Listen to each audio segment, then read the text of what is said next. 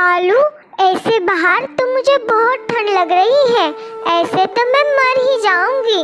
क्या हमारा पक्का घोंसला बनेगा कि नहीं? मैं कोशिश तो कर ही रहा हूँ, लेकिन मुझे पक्का घोंसला बनाने के लिए लकड़ियाँ ही नहीं मिल रही। हम एक काम करते हैं, अभी के लिए हम शावनी चिड़िया के पास चले जाते हैं। वो हमारी मदद जरूर करेगी। शावनी चिड़िया बहुत खुशी से अपनी ज़िंदगी गुजार रही थी। वो बहुत अच्छी चिड़िया थी और मेहनती भी थी। उसने अपना घर बहुत सुंदर बनाया था। वो सारा दिन काम करती और रात में अपने घर में आराम करके उसे बहुत शांति मिलती। तभी उसके घर की बेल बज जाती है। अरे, अब इस समय कौन आ गया? एक बार देख लेती हूँ, कहीं किसी को मेरी मदद की जरूरत ना हो। और फिर शावनी चिड़िया दरवाज़ा खोल देती है। बाहर कालू कौवा और गोरी कौवी खड़े थे। तुम दोनों इस समय सब ठीक तो है ना? कुछ भी ठीक नहीं है। हमारा घर तो टूट गया है। मैं और गोरी तो उसके मायके गए थे, लेकिन वापस आकर देखा तो हमारा घर ही टूटा हुआ था। चिड़िया, क्या आज रात हमें तुम्हारे घर में रहने के लिए पनाह मिल सकती है? सुबह होते ही कोई ना कोई इंतजाम हम कर लेंगे। अच्छा, ऐसी बात है तो आ जाओ, लेकिन सुबह होते ही अपने घर का काम शुरू कर देना। हाँ हाँ शावनी चिड़िया, तुम चिंता मत करो। सुबह होते ही हम हमारे घोंसले का काम शुरू कर देंगे। एक एहसान और कर दो, कुछ खाने के लिए दे दो। भूख तो बहुत लग रही है। फिर शावनी चिड़िया उन दोनों को अनाज दे देती है। फिर वो सब सो जाते हैं। अगली सुबह शावनी चिड़िया सूरज उगते ही उठ जाती है। कालू कौवा और गोरी कौवी अभी तक सो रहे थे। कालू भैया, अब उठ जाओ, सुबह हो गई है। अब आपको जाना चाहिए और आपके घोंसले का काम शुरू करना चाहिए। बस थोड़ी देर चिड़िया, कल हम बहुत थक गए थे ना, इसलिए थकावट के कारण आँख ही नहीं खुली। तुम जाओ, मैं गोरी को उठाकर चला जाता हूँ। फिर शावनी चिड़िया अनाज ढूंढने के लिए चली जाती है और कालू कौवा गोरी को जगाने की कोशिश करता है। गोरी, गोरी, उठो, देखो दोपहर हो गई।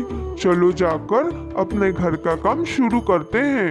हाँ हाँ कालू, कल रात तो मजा ही आ गया सोने में। चिड़िया ने कितना अच्छा घर बनाया है। ऐसा घोंसला बनाने के लिए मेहनत करनी पड़ती है, जो तुम कभी भी नहीं करती। कालू, मैं तो कुछ और ही सोच रही हूँ। क्या सोच रही हो तुम? कहीं इस घर पर कब्जा करने का तो इरादा नहीं है तुम्हारा? कैसा रहेगा अगर हमें बने बनाया घर ही मिल जाए? तुम्हारा क्या इरादा है? हाँ, ये घर तो अच्छा ही है, लेकिन मुझे लगता है हमें हमारा घर बनाना होगा। शाम हो जाती है और शावनी चिड़िया घर आ जाती है। वो दरवाज़ा खोलने की कोशिश करती है, लेकिन दरवाज़ा तो अंदर से लॉक था। चिड़िया दरवाज़ा जोर जोर से बजाती है। गोरी, लगता है चिड़िया आ गई है। तुम रुको, मैं अभी उसे भगाती हूँ यहाँ से।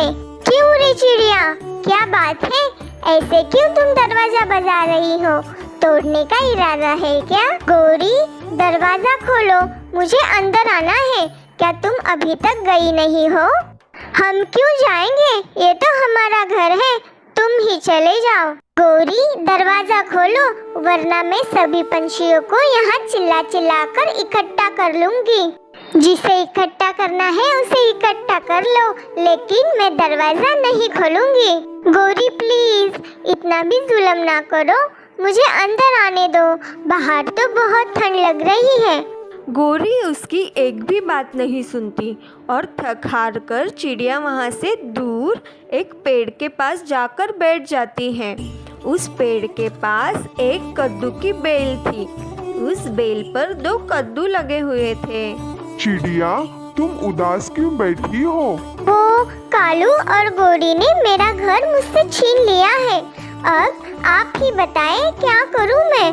ठंड भी बहुत ज्यादा है, रात कैसे गुजारूंगी मैं? चिड़िया, क्या मैं तुम्हारी मदद कर सकता हूँ? तुम मुझे कैसे मदद कर करोगे? तुम तो एक कद्दू हो। शावनी चिड़िया, ये जो मेरे पास एक कद्दू पड़ा है, तुम चाहो तो इसे अपना घर बना सकती हो। उसे अपना घर कैसे बना सकती हूँ? बस तुम इसमें थोड़ा सा सुराख कर लो। ये अंदर से पूरा खोखला है और फिर तुम इसे अपना घर बना लेना। ये तुम्हें ठंड से बचा लेगा। मुझे इसकी बात मान लेनी चाहिए, वरना इस ठंड में तो मैं मर ही जाऊंगी। फिर चिड़िया उस कद्दू में सुराख कर देती है। वो कद्दू तो अंदर से सच में खोखला था और उसके अंदर नरम नरम घोंसला भी था। चिड़िया उस कद्दू में बैठ जाती है और उसमें उसे बहुत गर्माइश मिलती है और वो आराम से सो जाती है। गौरी, चलो अनाज ढूंढने के लिए। चिड़िया का तो जो भी अनाज था वो तो तुमने एक ही बार में खा लिया। तुम मेरे खाने को नजर मत लगाओ। वो दोनों उसी पेड़ के पास चले जाते हैं जहाँ शावनी चिड़िया का कद्दू का घर था। उनकी नज़र अचानक से चिड़िया पर पड़ जाती है और उसे कद्दू के अंदर जाते हुए देख लेते हैं। कालू, वो देखो चिड़िया, वो तो उस कद्दू के अंदर चली गई। ये कैसे हो सकता है? चलो जाकर देखते हैं ये इसने ऐसे कैसे कर लिया। गौरी, आखिर तुम चाहती क्या हो? उस चिड़िया के घर पे तो कब्जा कर ही लिया है तुमने। अब तुम उसे चैन से जीने के लिए क्यों नहीं दे रही हो? कालू, तुम्हें नहीं आना तो मत आओ, मैं तो जा रही हूँ। और फिर गौरी कभी उस कद्दू के पास आती है और देखती है उस कद्दू में तो बहुत सुंदर सा घर बना हुआ था और चिड़िया उसमें बहुत सुकून से सो रही थी। गौरी को तो वो घर बहुत पसंद आ गया था। उसका तो वो घर भी छीनने का मन कर रहा था। फिर वो वहाँ से वापस चली जाती है। कालू, वो घर तो बहुत ही सुंदर है। मैं क्या ही बताऊं उस घर के बारे में। मुझे तो अब वो घर ही चाहिए। क्या तुम्हारा दिमाग तो खराब नहीं हुआ? उसमें मैं तुम्हारी कोई भी मदद नहीं करूँगा। मदद तो तुम्हें करनी ही होगी। वो घर भी तो हम दोनों का ही होगा। वैसे भी उसको तो अपना पहले वाला घर मिल ही जाएगा। और मेरे पास एक तरकीब है। चलो अब चलते हैं उससे घर छीनने के लिए। और फिर कालू और गौरी चिड़िया के नए घर के पास चले जाते हैं और चिड़िया को आवाज़ देते हैं। चिड़िया, अरे ओ चिड़िया, जरा मेरी बात तो सुनो। चिड़िया गौरी की आवाज़ सुनकर बाहर आ जाती है। अब क्या बात है, क्यों आई हो मेरे पास? चिड़िया, मैं तो तुम्हें बस उस तोते का संदेश देने आई थी। वो तो बहुत बीमार है। कबूतर भी कह रहा था शायद उसका आखिरी समय चल रहा है। वो तुम्हें बुला रहा है। वो तुमसे मिलना चाहता है। गौरी की बात सुनकर चिड़िया वहाँ से तुरंत ही चली जाती है। गौरी, इस बार चिड़िया शांति से नहीं बैठेगी। तुम अब बाज भी आ जाओ अपनी हरकतों से। गौरी पर तो घर कब्जा करने का भूत सवार था, इसलिए वो कद्दू के घर में जाकर बैठती है और कौवा भी बेबस होकर गौरी के पीछे चला जाता है। चिड़िया तोते के घर चली जाती है।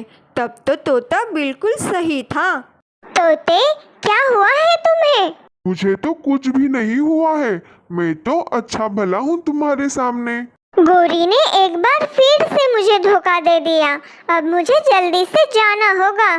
जब वो अपने घर जाकर देखती है तो गौरी और कौवा उस घर में बैठे हुए थे। गौरी, तुमने मुझसे झूठ बोला। अब तुम मेरे घर के अंदर क्या कर रही हो? चलो निकलो, जाओ यहाँ से। मैं तो यहाँ से कहीं नहीं जाऊंगी। तुम जाओ तुम्हारे पहले वाले घर। मुझे तो अब यहाँ रहना है। चिड़िया वहाँ से चुपचाप चली जाती है। रात हो जाती है। घने बादल छाए हुए थे और देखते ही देखते तेज बारिश शुरू हो गई। चिड़िया तो अपने घर में बैठकर बारिश का मज़ा ले रही थी। ज़्यादा बारिश होने के कारण ज़मीन पर पानी ही पानी हो गया था, जिस कारण कद्दू वाला घर पानी में भी तैरने लगा। गौरी तो ज़ोर ज़ोर से चीख रही थी।